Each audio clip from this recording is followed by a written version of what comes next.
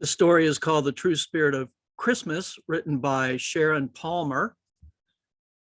She says, I was doing some last minute Christmas shopping in a toy store and decided to look at Barbie dolls for my nieces. A nicely dressed little girl was excitedly looking through the Barbie dolls as well, with a roll of money clamped tightly in her little hands. When she came upon a Barbie she liked, she would turn and ask her father if she had enough money to buy it.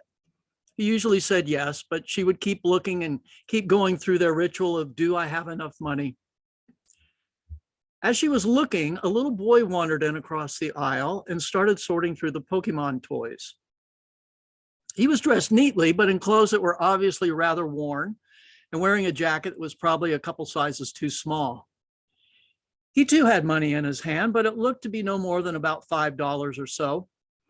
He was with his father as well and kept picking up the Pokemon video toys. And every time he picked one up and looked at his father shook his head.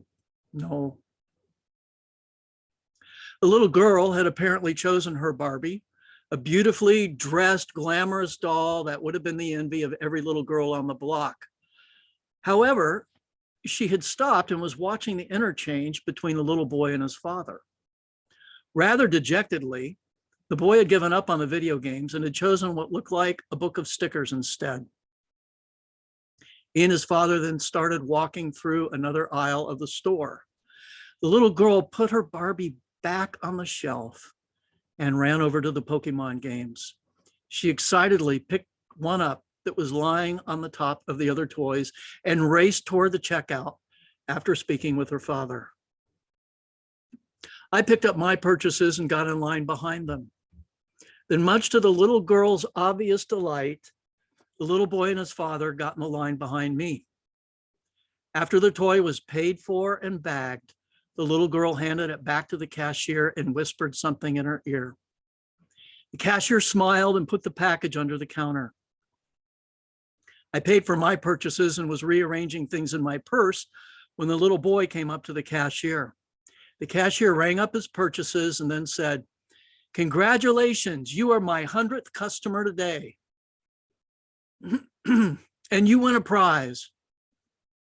With that, she handed the little boy the Pokemon game, and he could only stare in disbelief. It was, he said, exactly what he had wanted. The little girl and her father had been standing at the doorway during all of this, and I saw the biggest, prettiest, toothless grin on that little girl that I have ever seen in my whole life. Then they walked out the door. I followed close behind them. I heard the father ask his daughter why she had done that. I'll never forget what she said to him. "Daddy, didn't Nana and Pawpaw want me to buy something that would make me happy?" He said, "Of course they did, honey." To which the little girl replied, "Well, I just did." With that, she giggled and started skipping toward their car. Apparently, she had decided on the answer to her own question of, do I have enough? And then Sharon Palmer says, I feel very privileged to have witnessed the true spirit of Christmas in that toy store in the form of a little girl who understands more about the reason for the season than most adults do. May God bless her and her parents, just as she blessed that little boy and me that day.